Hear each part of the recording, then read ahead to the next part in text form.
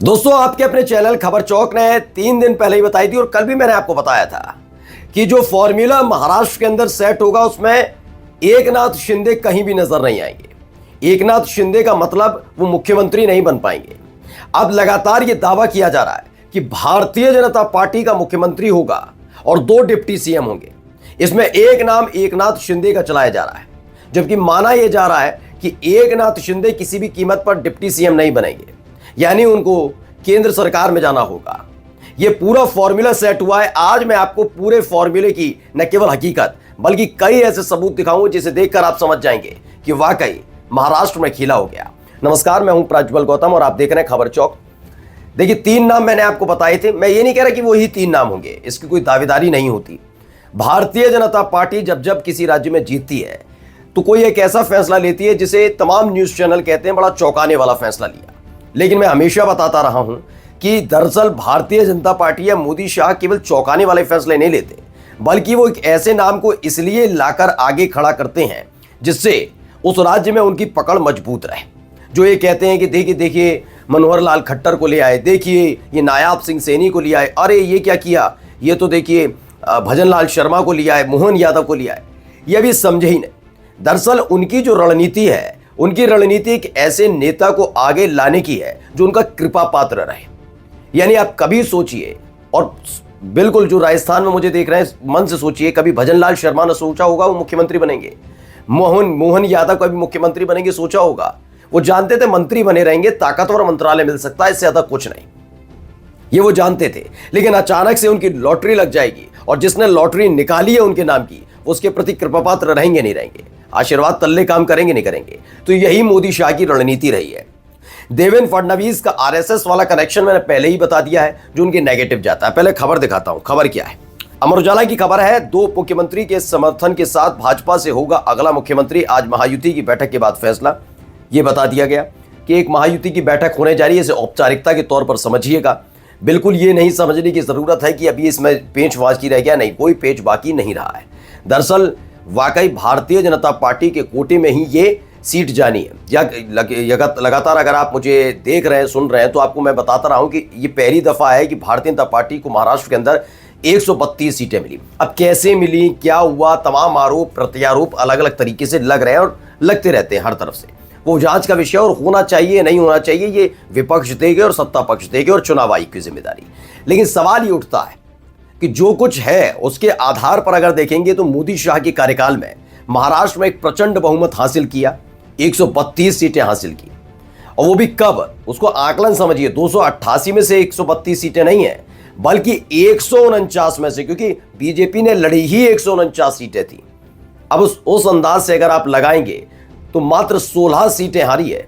सिर्फ 16 सीटों पर, 16-17 सीटों पर बीजेपी को हार का सामना करना पड़ा है। अदरवाइज हर जगह देखिए 132 सीटें जीतना अपने आप में एक बड़ा प्रचंड बहुमत है। और ये बीजेपी पर भी दबाव था कि किसी भी कीमत पर इस प्रचंड बहुमत के बाद ऐसा ना हो कि बीजेपी का मुख्यमंत्री ना हो, इसीलिए वो लगातार कवायद कर रहे थे। मैंने फॉर्मूला आपको साफ साफ बताया था। फॉर्मूला ये काम कर रहा है कि एकनाथ शिंदे को केंद्र में शिफ्ट किया जाए और एकनाथ शिंदे की पार्टी से किसी बड़े नेता को, जिसे भी शिंदे चाहे, वो इस नई सरकार में उप मुख्यमंत्री बने, यानी डिप्टी सीएम बने। अजित पवार पहले ही पीछे हट गए, तो अजित पवार वो दोनों डिप्टी सीएम रहेंगे। लेकिन बार बार ये कहा जा रहा है कि देवेंद्र फडणवीस मुख्यमंत्री होंगे, तो जरा पहले इस खबर को भी जरा पढ़िए। बीजेपी अकेले बहुमत के करीब, अजीत भी रेस से हटे, फिर भी सीएम पर फैसला क्यों नहीं ले पा रहा महायुति। दरअसल खेल अब शिंदे बनेंगे, अजित पवार बनेंगे या बीजेपी से होगा, ये है ही नहीं। बीजेपी का ही चेहरा महाराष्ट्र की कमान संभालेगा, ये तय हो चुका है। लेकिन अब खेल है बीजेपी के अंदर का। दरअसल ये देर क्यों हो रही है और देर शुरुआत से क्यों हो रही थी, वो भी मैंने आपको बताया था। ये देर शिंदे को मनाने के लिए ज्यादातर नहीं हो रही थी, अजित पवार को मनाने के लिए ज्यादातर नहीं हो रही थी। दरअसल क्या है कि शिंदे और अजित पवार अगर चले भी जाते हैं तो वो कहीं ना कहीं से जुगाड़ करने की महारत हासिल रखते हैं। जानते हैं आपकी, वो कहीं ना कहीं से जुगाड़ कर लेंगे, क्योंकि 10 पहले से ही विधायक, जिसमें से एक ने और साथ दे दिया, 10 विधायक पहले से ही अदर्स में है, यानी अन्य में। अगर इसको और जोड़ लिया जाए तो ये हो जाते हैं 142, बचे 7 विधायक। हिम्मत नहीं है एकनाथ शिंदे की शिवसेना वाले विधायकों की या फिर अजित पवार की, वो बीजेपी की बात को नकार सके। उनके लिए मैं कह रहा हूं कि 7 विधायक, वो अपने दम पर ऐसे प्रचंड बहुमत में 20 से 30, 40 विधायक खड़ा कर सकती है बीजेपी। यानी बीजेपी के सामने कभी भी इस बात का कोई भी चिंता का विषय नहीं रहा कि वो सरकार बना पाएगी, अपने मुख्यमंत्री को बनवा पाएगी या नहीं बन पाएगी। उन्हें मालूम था एकनाथ शिंदे को जाना है अभी चले जाएं, अजित पवार को जाना है चले जाएं। वही वाला हाल होगा कि ना इधर मिला ना उधर मिला। ये देख लीजिएगा, यहाँ उप मुख्यमंत्री बन सकते हैं, बगावत करेंगे तो विपक्ष में ही बैठे रहेंगे। इसीलिए ये अजित पवार भी समझ गए, इसलिए उन्होंने सरेंडर कर दिया। उन्होंने कहा नहीं, बड़ी प्यार से मोहब्बत से एकनाथ शिंदे को समझाया, वो भी समझ गए। ये बात बीजेपी पहले से जानती थी कि दोनों समझ जाएंगे। खेल यह है कि देवेंद्र फडणवीस को कैसे साइडलाइन किया जाए। जो चैनल अभी आपको ये दिखा रहे हैं, बता रहे हैं कि देवेंद्र फडणवीस अगले मुख्यमंत्री होंगे महाराष्ट्र के, तो मैं अब भी बता रहा हूं इसमें संशय बरकरार है। देवेंद्र फडणवीस वाला जो विनोद तावड़े वाला कांड हुआ पैसे वाला, उसके बाद से बीजेपी और खासकर मोदी शाह का जो गुट है वो देवेंद्र फडणवीस को लेकर खासा नाराज बताया जा रहा है। पहले से ही आरएसएस से करीबी के चलते देवेंद्र फडणवीस से नाराजगी थी, लेकिन अब इन सब चीजों से और नाराजगी देखने को मिल रही है। एक खबर और दिखा देता हूं इससे जुड़ी। देखिए, एकनाथ शिंदे सीएम पद की रेस से बाहर, आज तक लिखता है। देवेंद्र फडणवीस के सिर सजेगा दास या फिर सरप्राइज करेगी बीजेपी। मैं अब भी कह रहा हूं बीजेपी सरप्राइज करने जा रही है। बिल्कुल एक ऐसे चेहरे को, एक ऐसे नाम को आगे बिठाना चाहती है जो आरएसएस की ना सुने और तो और किसी के ना सुने, सिर्फ मोदी शाह की तरफ देखे। जैसे भजनलाल शर्मा देखते हैं, जैसे मोहन यादव देखते हैं, जैसे नायब सिंह सैनी देखते हैं। ये सब के सब जब कोई बड़ा फैसला लेना होता है तो वो सीधे कहां देखते हैं?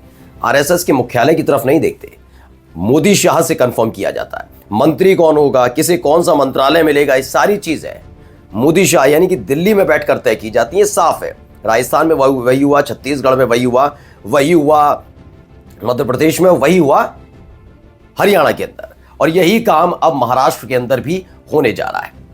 क्योंकि यह बात सच है कि 240 सीटों पर जब बीजेपी आई थी तो आरएसएस हावी हुआ था, लेकिन 132 सीटों वाली तूफानी पारी खेलकर महाराष्ट्र के अंदर भारतीय जनता पार्टी ने अपनी पकड़ को बेहद मजबूत कर लिया है। और खासकर जब महाराष्ट्र का जिक्र होता है, जहां पर नागपुर भी पड़ता है, और नागपुर का मतलब आरएसएस का मुख्यालय, ये अपने आप बताता है कि ये बीजेपी की तरफ से आरएसएस को आईना दिखाया गया है।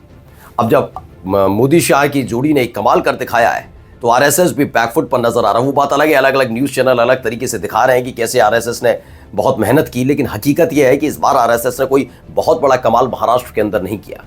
वो बिल्कुल शांत बैठे रहे कि एक बार और कमजोर होगी बीजेपी जब इनके कार्यकाल में, मोदी शाह के कार्यकाल में एक एक राज्य में कमजोर होती जाएगी, उसके बाद आरएसएस उतना ही प्रभावी होगा। लेकिन महाराष्ट्र की जीत ने न केवल मोदी शाह के कद को बढ़ाया और आरएसएस को कहीं ना कहीं झटका दिया, बल्कि देवेंद्र फडणवीस के लिए भी झटका है, क्योंकि एक एक करके बड़े आसानी से मोदी शाह की जोड़ी आरएसएस के करीबियों को न केवल साइडलाइन कर सकती है, बल्कि अपने मनपसंद व्यक्ति को महाराष्ट्र की कुर्सी पर बिठा सकती है। नमस्कार।